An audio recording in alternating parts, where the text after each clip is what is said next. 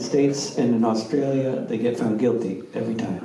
I don't know. I don't know of any exceptions. If somebody,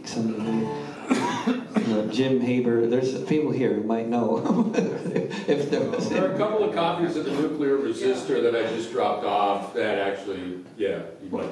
Have there been Carl? I gave them to Carl. Any not guilty verdicts that you know of here in this country? In the U.S. Yeah, when somebody does. They try to not take people to court. I actually. At the Nevada test site now, they're sticking it to people, where for years they didn't at all. You didn't even have to give a name. And I got 50 hours of community service or $650 fine. Oh, cool. This year. The community service was one of the best experiences I ever had. It was a lot of community service, though. Yeah. But anyway, back to you, Dan.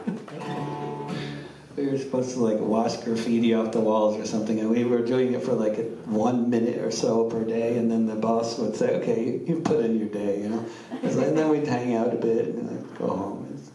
It was fun. But actually, Randy Keeler just died, and he was a war chapter sister, yeah. very important in Massachusetts, pacifist, World War II, Vietnam, everything. He lost a home actually in World War II, but that hasn't happened since that in the early '80s or early '90s or so. Randy Keeler. They took away his home, and Robbie Lepser made a really good documentary about it. Yeah, Death or Taxes. Death. That's great. Great movie. I feel like I've been tested on my knowledge of recent history of the anti-war movement. I think I passed. I don't know.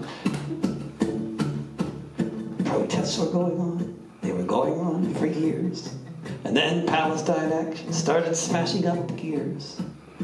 And that's when the people got up off their seats, took their families into town and blockaded the streets.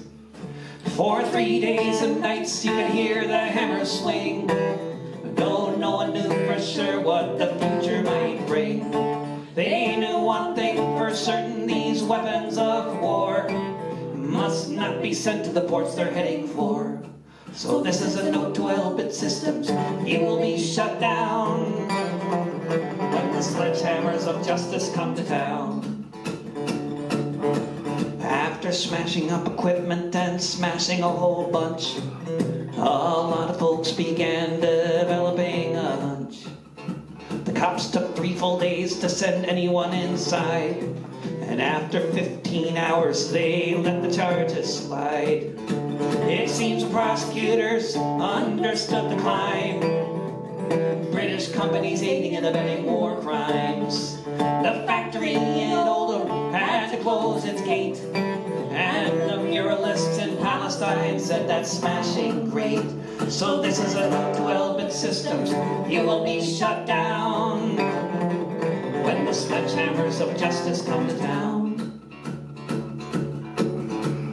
All around the country, hammers being swung, showing civil disobedience is stronger than the tongue. Taking action here so the weapons go nowhere, so they don't get sent to the IOF, because we know what they'll do there. And so does the Prime Minister and the men who he supports, selling weapons to war criminals who don't want to go to court, who don't want to face the facts of what they've done, where the bullets go when they're fired from the guns. So this is a note to Elbit Systems: you will be shut down when the sledgehammers of justice come to town.